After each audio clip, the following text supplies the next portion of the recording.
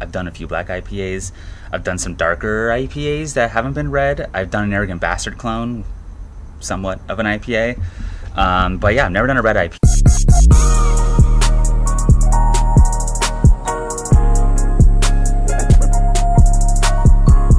Here are all the grains here. And the hops I'm using are a little different. I originally had Cascade, I think Centennial, I want to say Simcoe, Mosaic, some of those common hops. And I was just tired of it. So at the homebrew store, I was like, fuck it. I saw Target, I saw a hop called Herkules, and I saw a hop called Crystal. I've heard about them, I've never used them. I think Target is like a English hop. And then Crystal is, I don't know, but it says here on the Beersmith program that Hallertau and Mount Liberty can be used as a substitute for it.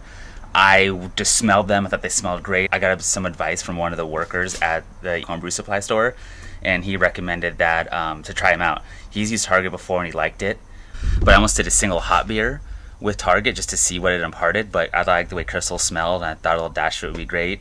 And from what I read and was told at the homebrew store, Hercules just has a clean bitterness.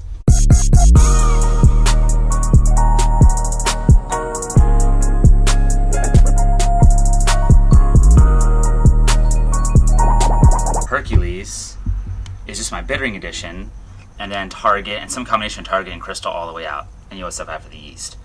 Here's my targets here. That's my pre-boil target there. I'm gonna try shoot actually for under a gallon because I keep getting a little too much wort. Here it is, 1.5 quarts per pound. Mashing in. That's 6 quarts, and then I'm gonna do a Sparja for 1 gallon. This is the first IPA I've made in probably 2 years where I haven't kegged. So I'm very curious to see how this is going to bottle. I'm very nervous about oxygen pickup, as I've said 100 times in these videos. So we'll see how this does. I mean, I'm going to try and dry hop as fermentation slows, and then dry hop afterward. I'm going to purge everything with CO2 as best I can. I'm just nervous about the transferring to a bottle. That part is adding the priming sugar, stirring the priming sugar in, and then transferring into the bottle. But we'll see.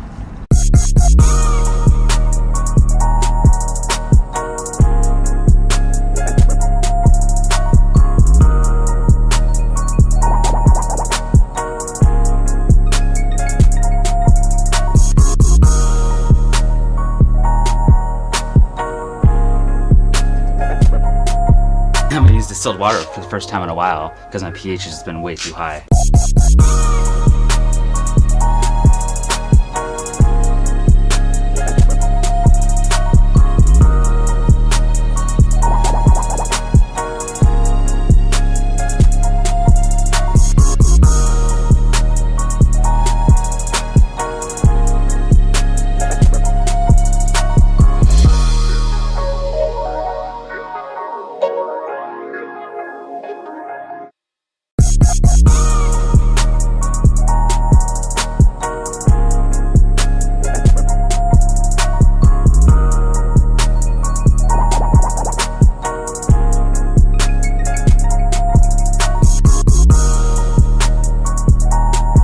I'm still mashing in a 10-gallon mash tun for a 1-gallon batch like a dip, but I did order a 5-gallon mash tun.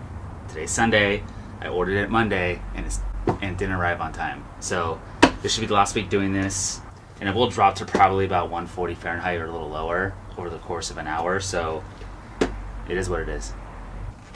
I try and filter some of the goop out when I take pH readings, but I don't even know if it's necessary. I don't think little grain husks are really going to cause an issue.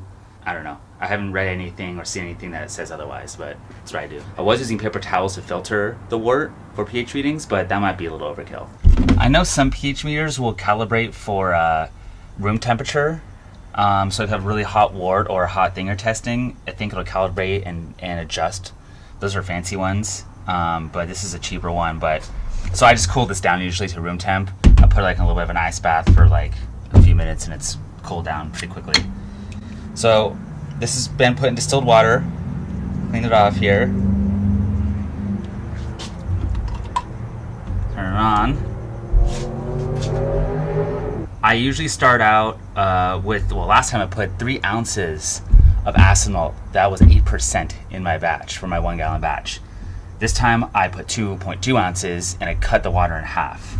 and it's showing here at 5.43. So I can live with that. The mash will go lower as the enzymes convert the starch into sugars. So yeah, 5.4 is okay. I would rather be closer to 5.2, but it's not the end of the world. I'm not gonna fuss with it.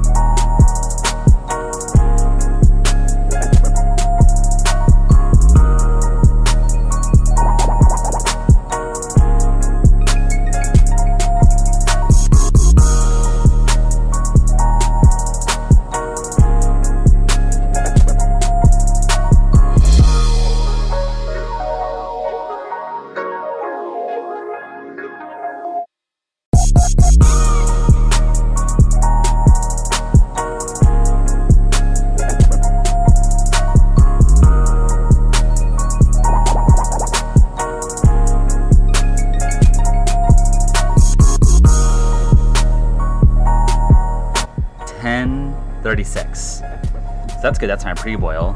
But last time I hit my target pre-boil, I was short on my final gravity, which by like 4 points, I want to say, or somewhere in that range. I mean, I'm happy with the pre-boil gravity. My post-boil is supposed to be 1068, so if I'm somewhere in the 1065 range, I'll be happy.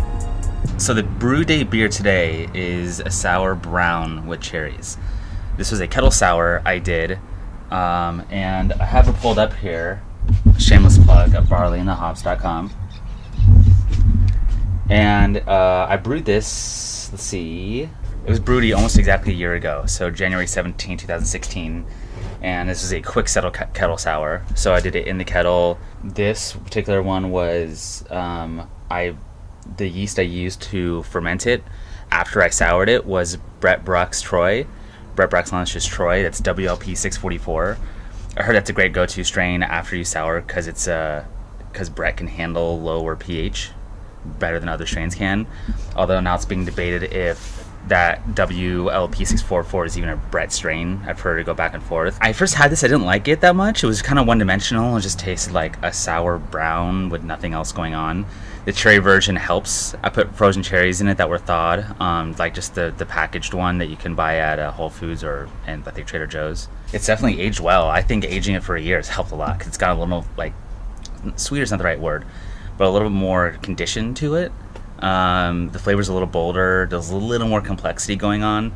So if you're not happy with any of your quick sours that any of you guys do, maybe just bottle it or just wait for a year or two and try it again, and you might be surprised. I did have a kettle sour I did 2 years ago, about a month or two ago, and that was really good, actually. It actually ended up getting really nice, like, dark cherry flavors to it and, like, raisiny and stuff. It was really good.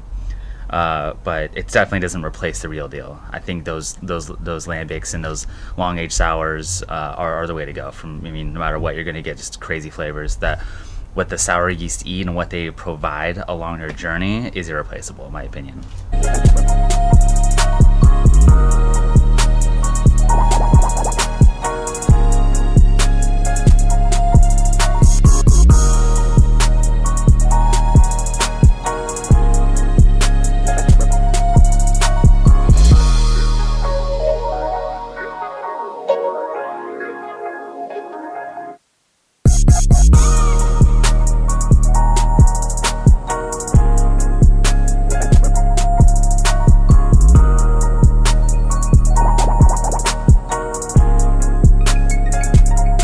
1073.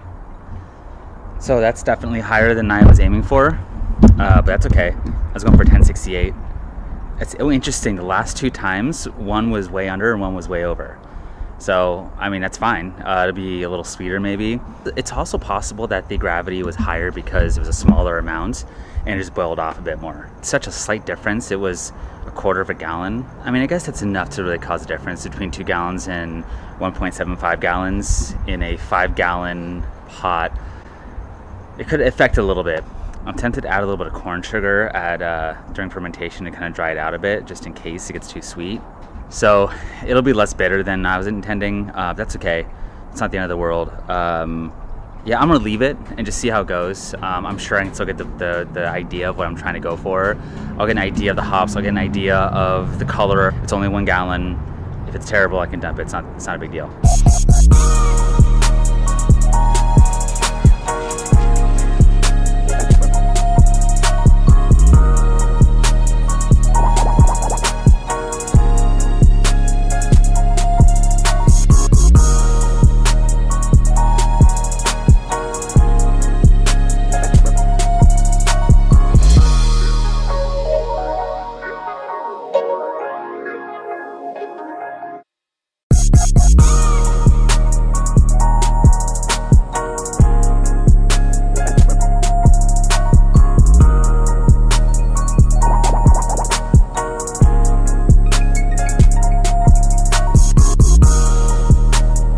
Something I like to do is heat the first runoff water while the mash